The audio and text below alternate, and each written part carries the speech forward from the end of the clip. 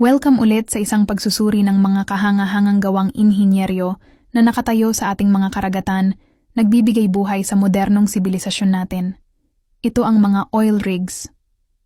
Sa video na ito, tuklasin natin ang proseso kung paano itinatayo ang mga malalaking istrukturang ito, mula sa konsepto hanggang sa operasyon. Kaya't kung handa ka na, tara at sasalubungin natin ang kahangahangang mundo ng offshore engineering. Magsimula tayo sa paglalakbay sa masusing plano ng paggawa at disenyo.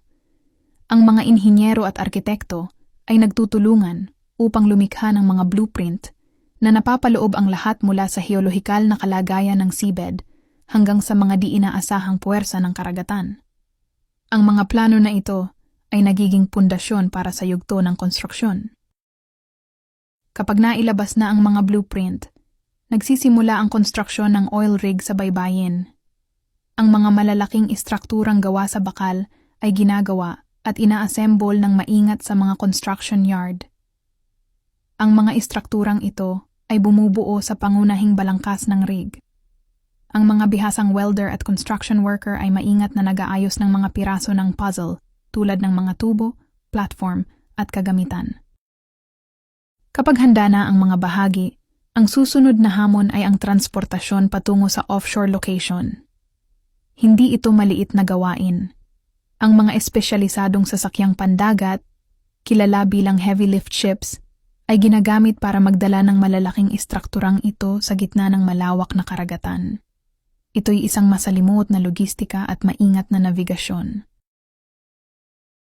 Kapag ito ay dumating na sa piniling offshore location, maingat na ibababa ang mga bahagi sa tubig.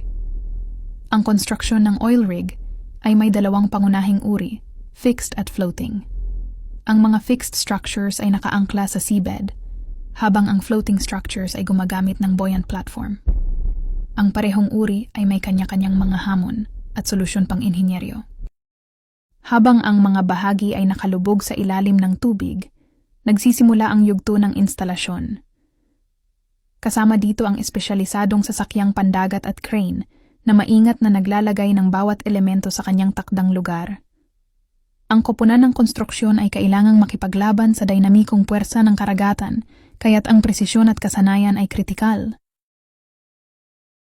Ang subsea infrastructure ay napakahalaga.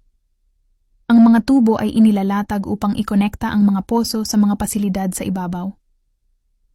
Ang subsea technology ay naglalaro ng mahalagang papel sa pagsusubaybay at pagsusuri sa daloy ng langis at gas mula sa deposito patungo sa ibabaw. Matapos ang mga buwan ng masusing pagtatrabaho, ang plataporma ay kumpleto na. Ito ay mataas at patunay sa kakayahan ng inhinyeryong pantao. Ngunit hindi rito nagtatapos ang paglalakbay. Masusing pagsusuri at inspeksyon ay isinasagawa upang tiyakin ang kaligtasan at kahusayan ng buong sistema.